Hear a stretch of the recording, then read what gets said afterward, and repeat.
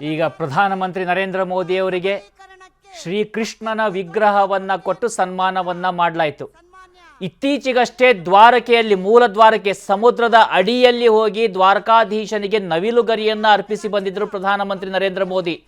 ಒಂದು ರೀತಿಯಿಂದ ಅದಕ್ಕೆ ಸಂಬಂಧ ಕಲ್ಪಿಸುವಂತಿದೆ ಇವತ್ತು ಕರ್ನಾಟಕ, ಅದರಲ್ಲೂ ಶಿವಮೊಗ್ಗದಲ್ಲಿ ಕೊಟ್ಟಿರ್ತಕ್ಕಂಥ ಈ ಒಂದು ಕೃಷ್ಣನ ವಿಗ್ರಹದ ಗಿಫ್ಟ್. ಸಾಕಷ್ಟು ಜನರ ನಿರೀಕ್ಷೆ ಸಾಕಷ್ಟಿದೆ ಕೃಷ್ಣನ ವಿಚಾರಕ್ಕೆ ಬಂದಾಗಲೂ ಕೂಡ. ಆದರೆ ಅದರ ಬಗ್ಗೆ ಇನ್ನೂ ಒಂದು ಬಾರಿ ಕೂಡ ಪ್ರಧಾನಮಂತ್ರಿ ನರೇಂದ್ರ ಮೋದಿ ಓಪನ್ ಆಗಿ ಮಾತನಾಡಿಲ್ಲ. ಆದರೆ ಬಿಜೆಪಿಯ ಸಾಕಷ್ಟು ಸದಸ್ಯರು ಮಾತನಾಡ್ತಾ ಇದ್ದಾರೆ. ಮಥುರಾವನ್ನ ಕೂಡ ನಾವು ಕಣ್ತುಂಬಿಕೊಳ್ತೀವಿ ಅಂತೇಳಿ ಭಾವನೆಯನ್ನ ಹೊಂದಿದ್ದಾರೆ. ಈಗ ಸದ್ಯ ವೇದಿಕೆಗೆ ಆಗಮಿಸಿರ್ತಕ್ಕಂಥ ಪ್ರಧಾನಮಂತ್ರಿ ನರೇಂದ್ರ ಮೋದಿ ಅವರಿಗೆ ಮೈಸೂರು ಪೇಟವನ್ನ ತೊಡಿಸಿ ಅವರಿಗೆ ಸನ್ಮಾನವನ್ನ ಮಾಡಲಾಯಿತು. ಈಗ ಮಾಜಿ ಮುಖ್ಯಮಂತ್ರಿಗಳಾಗಿರ್ತಕ್ಕಂಥ BS ಯಡಿಯೂರಪ್ಪನವರು ಮಾತನಾಡ್ತಿದ್ದಾರೆ, ನೋಡೋಣ. ಜೈ ಶ್ರೀರಾಮ್. ಎಲ್ಲರೂ ಕೈ ಎತ್ತಿ ಹೇಳಬೇಕು, ಜೈ ಶ್ರೀರಾಮ್.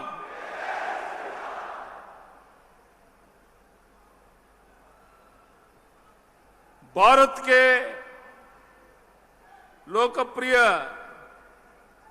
प्रधानमंत्री जी को आदर के साथ स्वागत करता हूं. ಭಾರತದ ಆಶಾ ಕಿರಣ, ಯುವಕರ ಕಣ್ಮಣಿ, ವಿಶ್ವನಾಯಕರಾದಂಥ ಸನ್ಮಾನ್ಯ ಶ್ರೀ ನರೇಂದ್ರ ಮೋದಿಜಿಯವರನ್ನು ನೋಡಲು, ಅವರ ಮಾತನ್ನು ಕೇಳಕ್ಕೆ ಲಕ್ಷ ಲಕ್ಷ ಸಂಖ್ಯೆಯಲ್ಲಿ ತಾವೆಲ್ಲ ಬಂದಿದ್ದೀರಾ. ವೇದಿಕೆ ಮೇಲಿರುವಂಥ ಎಲ್ಲ ಹಿರಿಯ ಮುಖಂಡರೇ, ಮಾಧ್ಯಮದ ಸ್ನೇಹಿತರೆ, ಸನ್ಮಾನ್ಯ ಮೋದಿಜಿಯವರು ಸರ್ವ ಜನಾಂಗದ ಶಾಂತಿಯ ತೋಟವಾದ ಕರ್ನಾಟಕದಲ್ಲಿ ಚುನಾವಣಾ ರಣಕಹಳೆಯನ್ನು ಮೊಳಗಿಸಿದ್ದಾರೆ. ಇದು ಅವರಿಗೆ ನಮ್ಮ ಕರ್ನಾಟಕದ ಮತದಾರರ ಮೇಲೆ ಇರುವಂಥ ನಂಬಿಕೆಯನ್ನು ತೋರಿಸುತ್ತೆ. ಮೊನ್ನೆ ತಾನೇ ಕಲಬುರಗಿಗೆ ಬಂದು ಲಕ್ಷಾಂತರ ಜನ ಸೇರಿದಂಥ ಸಭೆಯಲ್ಲಿ ಅವರು ಮಾತನಾಡಿ ಹೋಗಿದ್ರು. ನರೇಂದ್ರ ಮೋದಿಜಿಯವರ ನೇತೃತ್ವದ ಸರ್ಕಾರ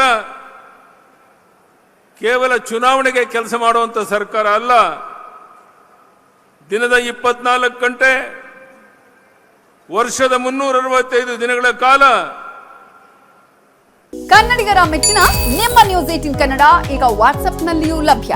ಕರ್ನಾಟಕ ಮತ್ತು ದೇಶ ವಿದೇಶದ 360 ಡಿಗ್ರಿ ಸುದ್ದಿ ವಿವರವನ್ನ ನೀವು ನಿಮ್ಮ ಕೈ ಬೆರಳುಗಳಲ್ಲಿಯೇ ಪಡೆಯೋದಿಕ್ಕೆ ಈ QR ಕೋಡ್ ಅನ್ನು ಸ್ಕ್ಯಾನ್ ಮಾಡಿ. ನಮ್ಮ ಚಾನೆಲ್ ಅನ್ನು ಫಾಲೋ ಮಾಡಿ, ನೋಟಿಫಿಕೇಶನ್ ಆನ್ ಮಾಡಿ.